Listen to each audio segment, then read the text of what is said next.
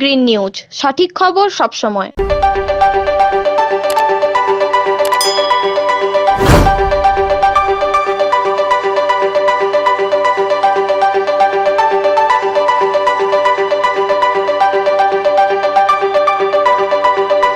শোভন চট্টোপাধ্যায় ও বৈশাখী ব্যানার্জির বিরুদ্ধে মানহানি মামলা করলেন অভিনেত্রী তথা বিধায়ক দেবশ্রী রায়।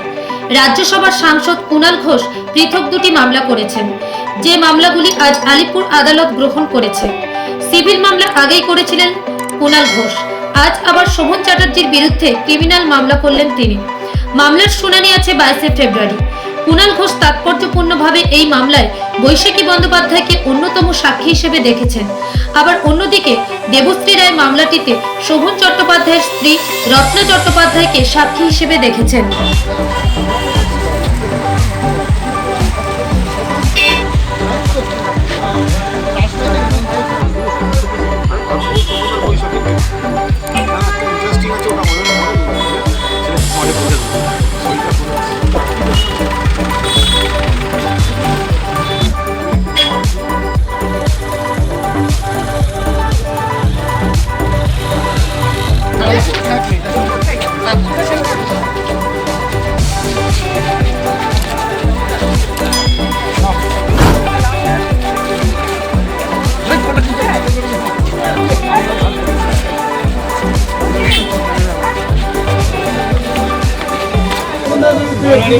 শুনুন, শোভন চট্টোপাধ্যায় মানে সুবর্ণ গোলকের গ্ল্যাক্সো বেবি, তিনি কিছু অসংসদীয় কথাবার্তা বলছেন, রাজনৈতিক যুক্তি হারিয়েছেন এবং রাজনীতি করতে গেলে অনেক সময় রসিকতাও করা যায়, সেই যোগ্যতাটাও ওনার নেই।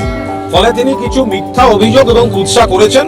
আমি তার বিরুদ্ধে ইতিমধ্যেই আলিপুর জাজ কোর্টে সিভিল মামলাটা দায়ের করেছি এবং আজকে ক্রিমিনাল মামলাটা দায়ের করার জন্য আমি এখানে এসেছি। আমার আইনজীবী অয়ন চক্রবর্তী তিনি আজকে এই ফৌজদারি মামলাটি দায়ের করছেন এবং দেবশ্রী রায় তিনি আলাদাভাবে তার মামলাটি দায়ের করছেন এবং তার সঙ্গে রত্নাদি রয়েছেন দেবশ্রীদির মামলার অন্যতম সাক্ষী হিসাবে। ফলে ঘটনাচক্রে আমাদের দেখা হয়ে গিয়েছে। আর আমি যে মামলা আমার আইনজীবী অয়ন চক্রবর্তী করছেন, আমার মামলায় আমি সাক্ষী করেছি বৈশাখী বন্দ্যোপাধ্যায়কে। আমার তরফের সাক্ষী বৈশাখী বন্দ্যোপাধ্যায়, কারণ শোভন চট্টোপাধ্যায় যখন আমাকে নোটেড ক্রিমিনাল বলেছেন তখন বৈশাখী বন্দ্যোপাধ্যায় পাশে বসে ওনার দিকে মুগ্ধ দৃষ্টিতে চেয়েছিলেন। ফলে ওর থেকে ভালো সাক্ষী আমি আর খুঁজে পেলাম না। আর আমি একটা অত্যন্ত নিরীহ মানুষ, আমি শোভনকে ঠাস করে একটা চড়ও মারিনি, ওর আমি কানও মুলে দিইনি। কেন আমায় নোটেড ক্রিমিনাল বললো সেটা ওকে কোর্টে দাঁড়িয়ে এসে প্রমাণ করতে হবে। Thank you. খারাপ লেগেছে, ও ফোন করেছিল আমাকে যে আমারও খুব খারাপ লাগলো। তাহলে রত্না, আমি রিকোয়েস্ট করলাম যে রত্না তাহলে আমার সঙ্গে চলো, আমাকে সাপোর্ট দাও। হ্যাঁ, ওটা একটু টেকনিক্যাল প্রবলেম হয়েছে, আমি আবার মামলা দায়ের করছি। Issue same. রত্নাদি আমাকে সাপোর্ট দিচ্ছে বিষয়ে, কারণ ও আমার শুধু আমাকে নয়, ব্যক্তি হিসেবে নয়, ও আমার ছবিও দীর্ঘদিন দেখেছে, ও আমাকে ভালোবাসে এবং আমার অভিনয় খুব ভালোবাসে।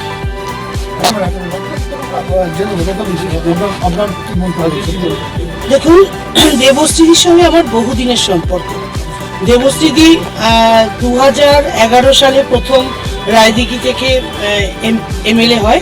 সেই সময় মমতাদি দায়িত্ব দিয়েছিল শোভনবাবুকে দেবশ্রীদিকে দেখে দেওয়ার জন্য।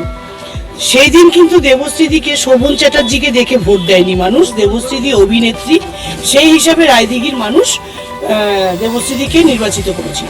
অত্যন্ত ভালো সম্পর্ক ছিল শোভন চ্যাটার্জি আমার সঙ্গে দেবশ্রীদির। আমার বাড়িতে দেবশ্রীদির প্রায় আসা, আমি দেবশ্রীদির বা আমরা দেবশ্রীদির বাড়িতে প্রায় যাওয়া, আমাদের একটা পরিবারের ফ্যামিলি ফ্রেন্ডের মতন একটা সম্পর্ক ছিল। শোভনবাবু আমার থেকে ডিভোর্স মামলা করার পর যখন বাড়ি থেকে বেরিয়ে গেল, আমার সঙ্গে তার প্রবলেম, দেবশ্রীদির কি প্রবলেম হলো আমি বুঝলাম না। তবে থেকে দেবশ্রীদির পেছনে পড়ে গেল, দেবশ্রীদি খারাপ, দেবশ্রীদি চক্রান্ত করে আমার কনস্পিরেসি করে আমার ঘরে ঢুকে গেছে। দেবশ্রীদির কোনোদিনও কোনো বাজে ভূমিকা আমার পরিবারে ছিল না, তাহলে আজকে কোর্টে কিন্তু দেবশ্রীদির পাশে আমাকে দেখতে পারতেন। সেটা তো আপনারা প্রত্যেকে জানেন, বাংলার মানুষ জানে। আমি একটা কথা, আমি এত বলেছি না, আর আমার ওদের সম্বন্ধে যত বলছি মানুষ আমায় বলছে, মানুষ আপনারাও পারেন। ওদের মানে আপনারা জানেন শোভন চ্যাটার্জি অ্যান্ড বৈশাখী বন্দ্যোপাধ্যায়, ওদের সম্বন্ধে আমি যত বলছি মানুষ আমায় বলছে রত্নাদি আপনি চুপ করে যান, বলবেন না একটা কথাও, মানুষ জানে ওরা কি করছে। তাই না, বলতে বলতে বলতে বলতে বেসিক্যালি আমি হাঁপিয়ে গেছি। তো এই দেবশ্রীদি কিন্তু সেই দিনও, যেদিন শোভন ঘর ছেড়ে চলে গেছে সেই দিনও আমার পাশে ছিল। তো আজকে দেবশ্রীদির একটা এরকম দিন, যেই দিন দেবশ্রীদির মতন অভিনেত্রী, জাতীয় পুরস্কার প্রাপ্ত অভিনেত্রী, যাকে বাংলার মানুষ শুধু না ভারতবর্ষের মানুষ চেনে। এত আমি তো ছোটবেলা থেকে ভালোবাসা ভালোবাসা, দাদার কীর্তি, যে সমস্ত ভালো ভালো ছবি দেবশ্রীদি, আজও আমি সেই সমস্ত গান শুনি, এত ভালো ছবি, আমি ওনার একটা ফ্যানই ছিলাম। কিন্তু পরবর্তীকালে যে দেবশ্রীদির সঙ্গে আমার বন্ধুত্ব হয়ে যাবে সেটা আমি বুঝিনি।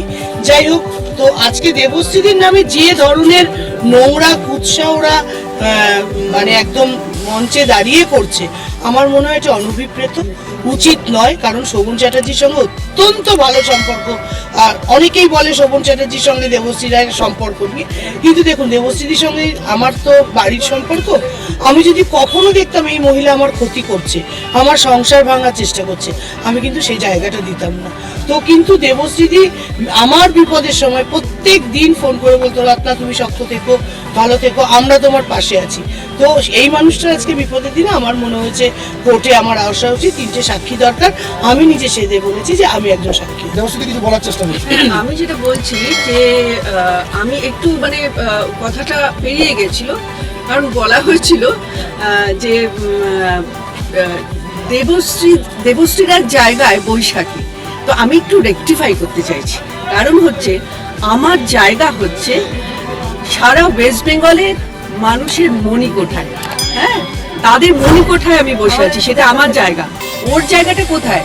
ওর তো একজনের সাপোর্ট লাগে, ও কে?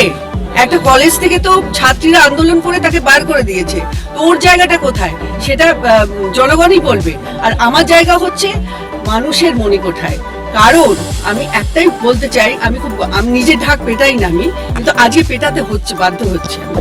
আজকে যখন উত্তম সুচিত্রার এরা চলে গেছিল, তখন কিন্তু টালিগঞ্জ পাড়া স্টুডিওতে বড় বড় তালা ঝুলছিল, হ্যাঁ, তখন কিন্তু তাপস দেবশ্রী এসে সে তালা খুলেছিল, আবার সে গোল্ডেন এরা ফিরে এসেছিল। কার সম্বন্ধে কথা বলছে এটা একটু যেন ভেবে দেখে। তার কোনো আইডেন্টিটি নেই, সেই মহিলার কোনো আইডেন্টিটি নেই, কিন্তু দেবশ্রী রায়ের আইডেন্টিটি হচ্ছে সারা ওয়েস্ট বেঙ্গল না, সারা ভারতবর্ষেও দেবশ্রী রায়কে চেনে, এবং সে international award, national award, state award, Uttam Kumar award, Bangashree award সব কিছু পেয়েছে।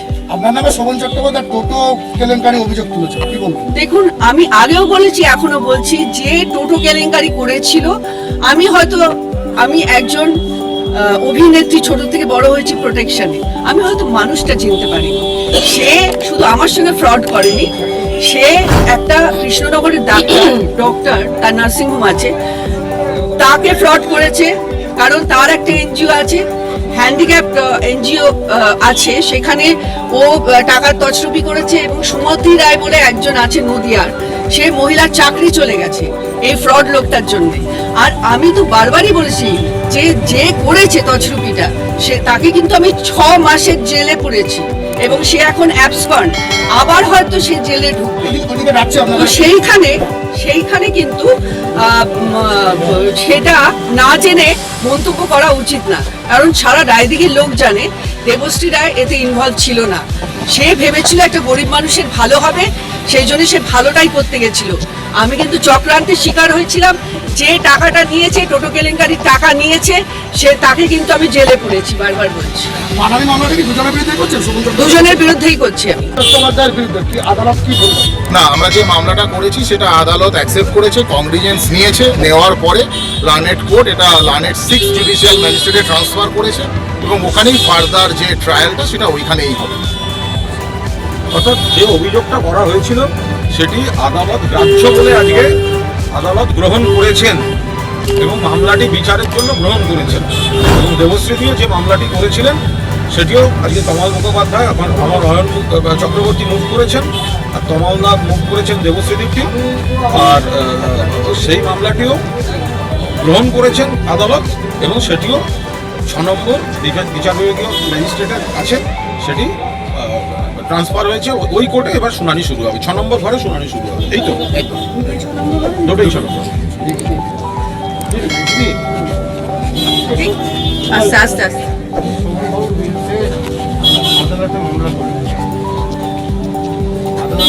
মামলা গ্রহণ করা হয়েছে। হ্যাঁ, গ্রহণ করা হয়েছে, গ্রহণ করেছেন। এবার আমরা যে মামলাটা করেছি সেটা শুরু হয়ে যাবে। কিন্তু আমি আগে বলেছি যে মানহানি করেছে আমার দুজন মহিলা এবং শোভন চট্টোপাধ্যায়, তার জন্য মামলা। হ্যাঁ, আমাকে যে মানহানি করেছে তার বিচারটা চাই। শাস্তি চাই, বিচার করেছে। হ্যাঁ বলুন। আপনি আসুন, আরে সবাই, আপনি আসুন। এবার তুমি একটু আমারটা আজকে আমরা দেবশ্রী রায়ের হয়ে আমরা একটা মোকদ্দমা এখানে রুজু করেছি। তাতে বৈশাখী বন্দ্যোপাধ্যায়ের বিরুদ্ধে তিনি আমাদের ক্লায়েন্ট দেবশ্রী রায়কে যে উনি উক্তিগুলো করেছেন সেগুলো অত্যন্ত মানহানিকর, সম্মানহানিকর, যার জন্য আমরা ভারতীয় দণ্ডবিধির 500 সঙ্গে 114 ধারায় ভারতীয় দণ্ডবিধির আমরা মামলা দায়ের করেছি। আমরা সিজিএম সাহেবের কাছে দরখাস্ত দিয়েছিলাম, উনি এটা 6 নম্বর কোর্টে পাঠিয়েছেন ফর কুইক ডিসপোজাল। আমরা আশা করি যে মামলাটা তাড়াতাড়ি হবে এবং ডেফিনেটলি দেবশ্রী সুবিচার পাবেন, যেমন কুণালও পাবেন আশা করি। এই ধরনের মামলাগুলো শাস্তি কি হতে পারে, সর্বোচ্চ বা সর্বনিম্ন শাস্তি কি হতে পারে? ফিনাল করে যে আছে তাই হবে, এখন তো সেটা অনেক দেরি আছে। শাস্তি এখন থেকে ভাবছেন কেন? আগে মামলা আসুক, এফআইআর করুক, তারপর দেখা যাবে এটা। আমরা তো ওনার সেটা তো শাস্তি চাইছি, আইনজীবীরা আইনের ধারায় মামলাটি করবেন, আমরা নিশ্চিতভাবে চাই। কারণ উনি কথা বলার ভারসাম্যটা হারিয়েছেন, ফলে রাজনীতিবিদ রাজনীতিতে উত্তর দেবেন, বড়জোর কিছু রসিকতা হতে পারে, কিন্তু এগুলো করার যোগ্যতা ওনার নেই। ফলে উনি কুৎসার দিকে যাচ্ছেন, ব্যক্তিগত কোনো মিথ্যা কথা বলছেন। সেই জায়গায় দাঁড়িয়ে আমরা আদালতের কাছে বিচার চেয়েছি, আমরা ওনার শাস্তি চাই এবং আমরা শেষ পর্যন্ত ওনার কারাদণ্ড চাইব। শোভন চট্টোপাধ্যায়কে আদালতে নীল ডাউন করে বসিয়ে রাখাটা হচ্ছে আমাদের লক্ষ্য, কিন্তু আমরা সেটা আইন সম্মতভাবে লড়তে চাই। ও গ্ল্যাক্সো বেবি, ফলে ও আশা করি মাথাটা ঠান্ডা রেখে পাবলিকের সঙ্গে কথা বলি। আর যে সুবর্ণ গোলককে পাশে নিয়ে উনি ঘুরছেন, উনি যেন মাথায় রাখেন যে সুবর্ণ গোলক ওপরে দেবতারা ওনার কাছে পাঠিয়ে দিয়েছে তা নয়, পৃথিবীতে আসার পর ঘুরতে ঘুরতে ঘুরতে ঘুরতে নানা হাত ঘুরে ওনার কাছে এসছে।